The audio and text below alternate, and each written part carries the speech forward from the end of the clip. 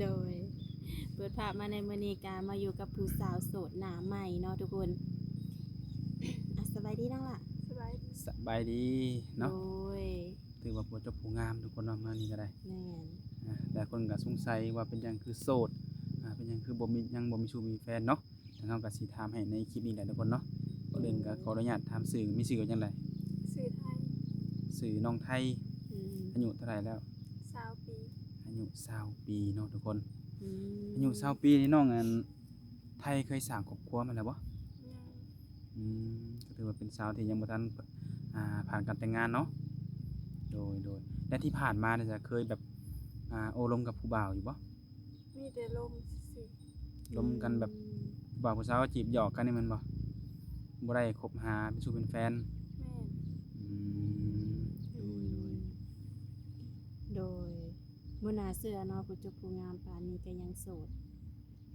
คือที่ผ่านมาน้องเคยไปเฮ็ดเวียกอยู่ทางไหนอยู่บ่เฮ็ดเวียกอยู่เวียงอืมเฮ็ดห้านอาหาร โอ้มาแต่เวียงนี่โดนแล้ว ลงมาได้ประมาณเดือนหนึ่งอืม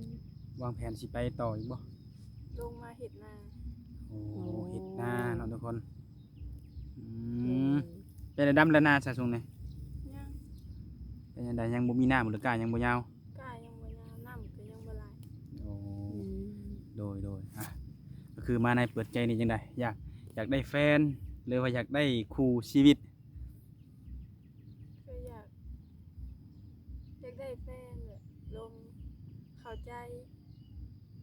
แบบโอเคกะ ชีวิตได้ โดยแม่นเนาะคันสิว่าแบบรวมก็คือหนึ่งมาต้องรวมกันคบหากันเนาะแม่น คบหาเบิ่งใจกันเป็นสู้เป็นแฟนถ้าหากว่าแบบเรื่องบางเรื่องเฮาตรงกันแบบเฮาไปกันได้ก็ถ้าว่าอยากสร้างครอบครัวก็พร้อมที่จะสร้างเนาะโดยทุกคนเนาะมีแต่ว่าถ้าว่าสนใจก็เข้ามาโอบรมมาจีบกันก่อนเนาะเรื่องสร้างครอบครัวนี่ไว้เป็นเรื่องอนาคตเนาะโดยน้องอายุ20ปีเนาะน้องล่ะบัดนี้ผู้บ่าวได้น้องเสียวอายุจักปี ก็35ขึ้นก็ได้ 35ขึ้นโอ้มักรุ่นอ้ายได้นี่เนาะรุ่นอ้ายรุ่นใหญ่เลยขึ้นฮอดไสน้องล่ะมีจำกัดอยู่บ่ฮอด50 60แบบนี้ ได้อยู่ ได้อยู่บ่โอ้น้องเคยล่มอยู่บ่ผู้บ่าว60นี่ บ่ บ่เคยเนาะที่ผ่านมามีแต่ล่มรุ่นเดียวกันบ่ แม่นรุ่นเดียวกันแบบบ่เข้าใจกัน อืมโดยมาเปิดใจก็เลยว่าอยากได้อายุหลายกว่าเนาะอืมเผื่อว่าอนาคตอาจจะคุยเข้าใจกันเนาะน้องละแม่น อืมแล้วน้องสิเอาผู้บ่าวทางใดซะน้องละ ผู้บ่าว คนลาวคนไทยหรือว่านมต่างประเทศแบบนี้อะนะ ก็ไทยก็ได้ ต่างประเทศก็ได้ ได้เบิด คือ จะเป็นหนุ่มไทยหนุ่มลาวให้ว่าอย่างไรก็แล้วแต่เนาะ โดย ก็ถือว่าเปิดใจคุยได้เนาะอืม อืม คือน้องไทยมีเอื้อยมีอ้ายมีน้องบ่ มี มีกันทั้งหมดจักคน 5 คน คนน้องไทยเป็นลูกสาวคนที่เท่าใด ที่ คนที่สามให้เอื้อยสร้างครอบครัวแล้ว 3ยัง บ่ทันมีไปสร้างจักคนบ่ แม่นยังเฮ็ดเวียกอยู่ไทย อ๋อโดยบัดนี้ให้เฮ็ดนาเฮ็ดกับไผแน่ซะ เฮ็ดกับข้าวละสาวก็ไม่เฒ่า อืม โดยอายุจักปีน้องจังสิพร้อมสละโสดนี่ ก็25 25 26ปี 26มีพ่อม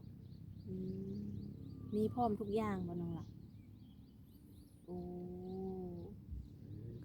คือน้องวางแผนไว้นี่ต้องมีหยังแหน่ถึงแบบว่าแบบจังสิพร้อมสละโสดนะ อืม แบบก็มีทีแรกก็มีเฮือนก่อน โอ้มีเฮือนเป็นของตัวเอง คือน้องนี่สามารถออกเฮือนได้แม่นบ่ก็คืออยากสร้างครอบครัวแบบว่าให้มีครบทุกอย่างมีเฮือนเป็นของตัวเองเนาะนอกจากเฮือนแล้วมีหยังอีกบ่ก็มีรถ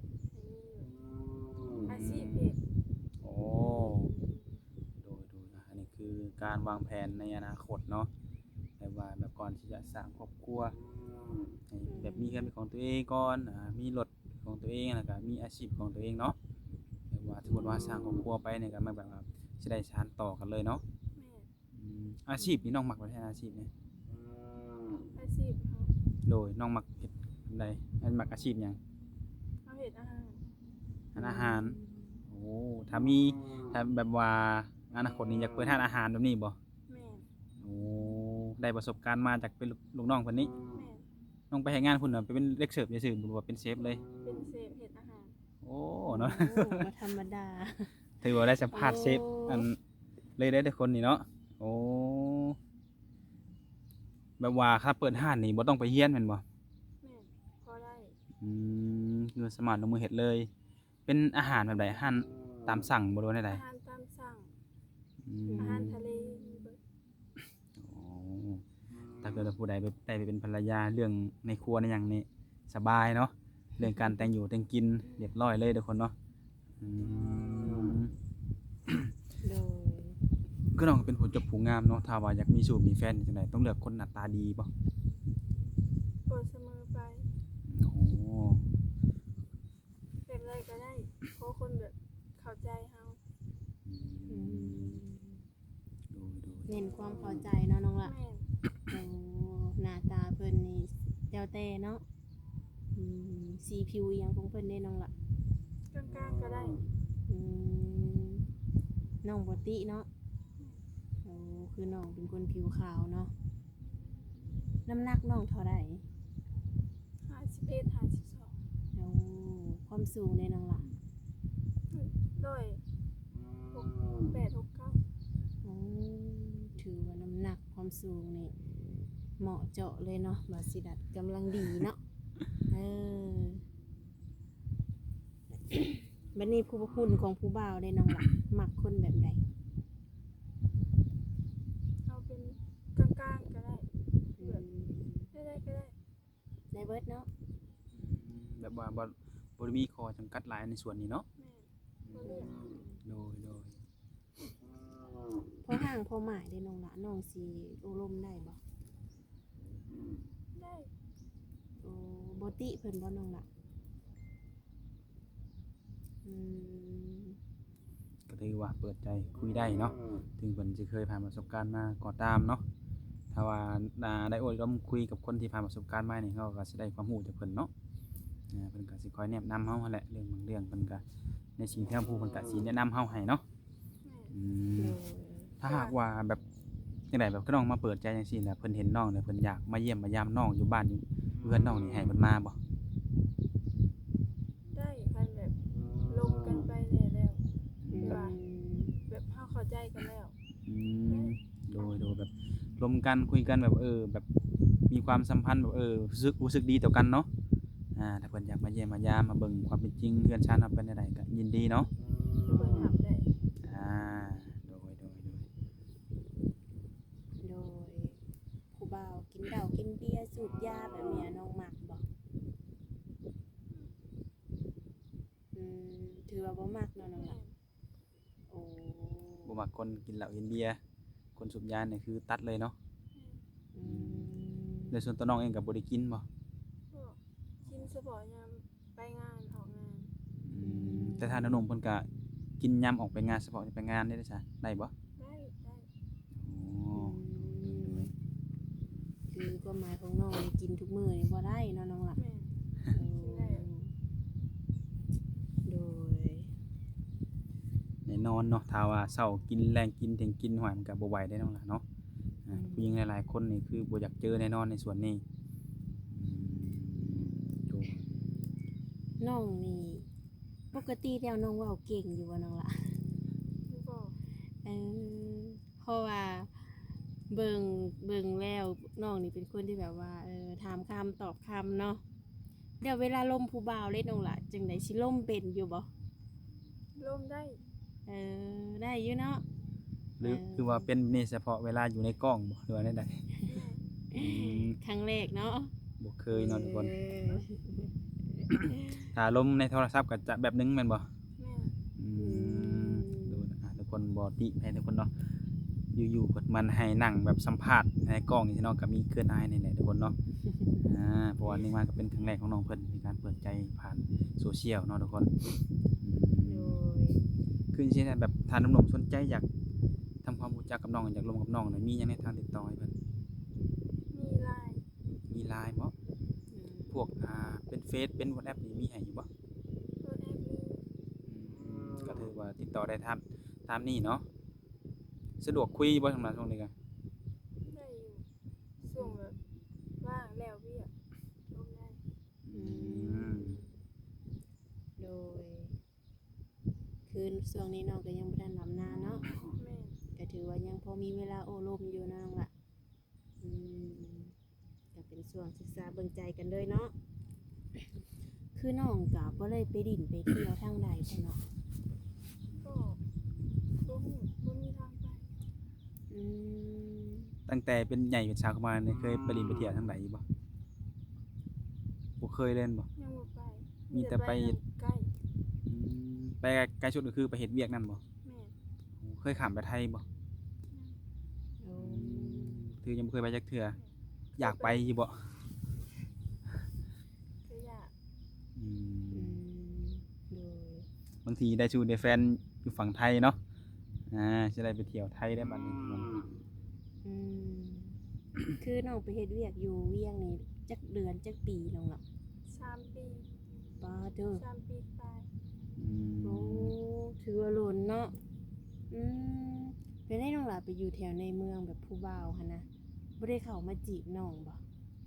ก็มีอยู่เป็นลูกค้ามาอยู่ อืม ไม่ยอมมีวันไหวแน่บ่ ก็ แบบใจบ่มักเลยแม่นบ่ เฮาก็มีแต่เฮ็ดเวียกบ่ค่อยแบบได้ออกไปเห็น โด อืมคือไปเฮ็ดเวียกน้องมีแต่ว่าตั้งใจเฮ็ดเวียกเฮ็ดงานแม่นบ่ แม่น โอ้คือไปแถวในเมืองแบบนั้นก็น้องก็บ่ได้ไปดินไปเที่ยวบ่น้องล่ะกลางค่ำกลางคืนนี่นะ บ่ได้ไปเพราะว่านอนอยู่ในห้านเพิ่นเลย อืมโดยแล้วน้องมักอยู่บ่ซะในการดินเที่ยวนี่น้องล่ะ ก็บ่ปานใด อืม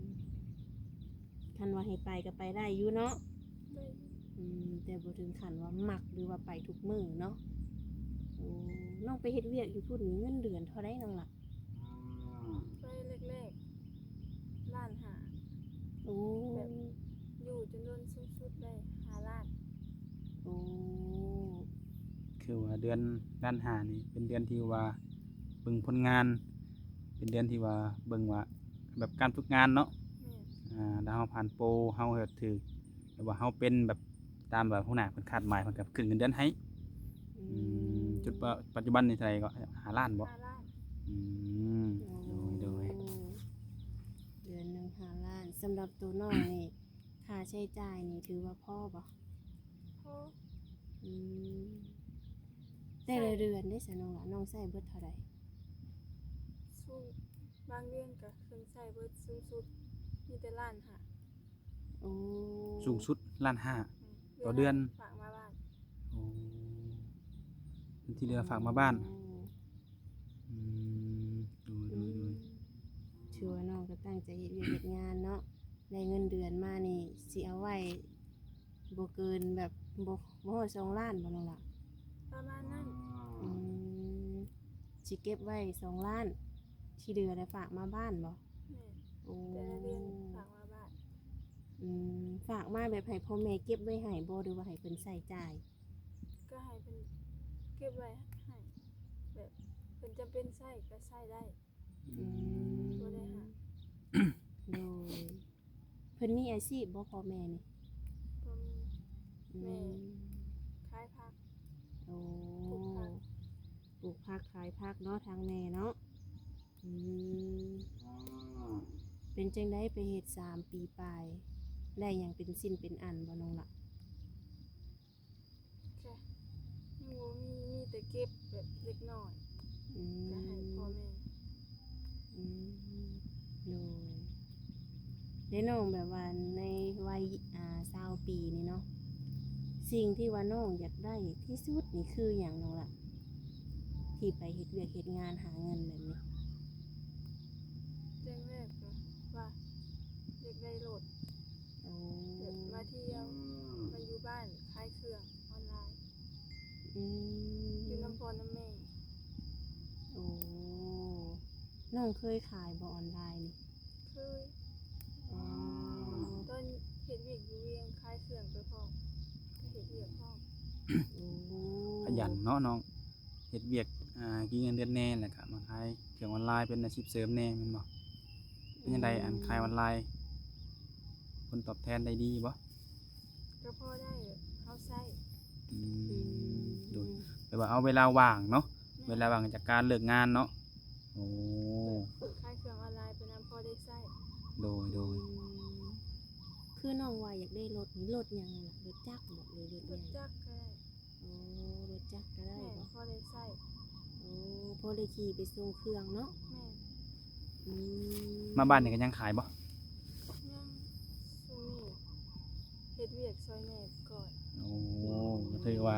งานในไทยเฮ็ดนาถือว่าเป็นงานหนักเนาะสำหรับในบ้านเขาเนาะ